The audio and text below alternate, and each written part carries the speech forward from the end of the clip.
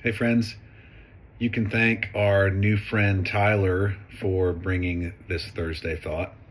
He exposed me to uh, the theory or the concept of speech act theory, which I had never been exposed to before, which really surprised me. I was happy to learn something new. Essentially, it's the theory or the science or the philosophy, psychology, all of the above of how our words are used. So uh, it's a long um, study to really get into all of speech act theory.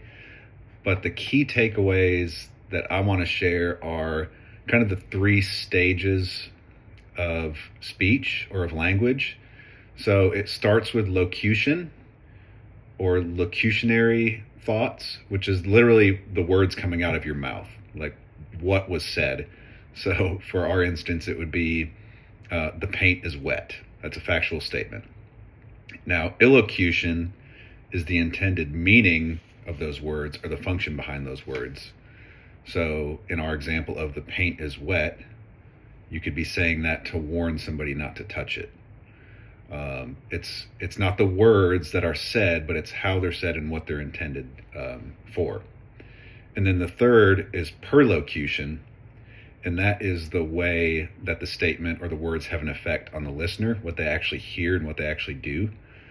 So again, in our example of the wet paint or the paint is wet, the listener will not touch the wet paint. So that is the action that happens.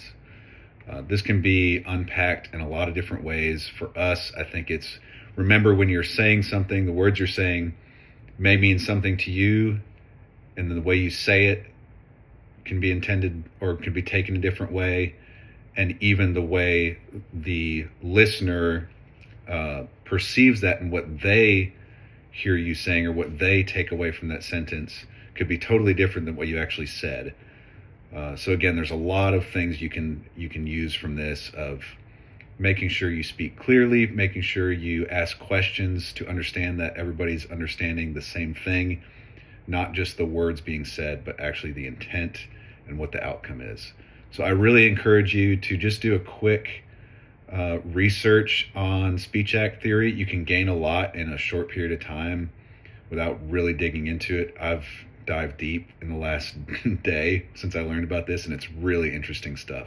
So check it out. Hope that helps.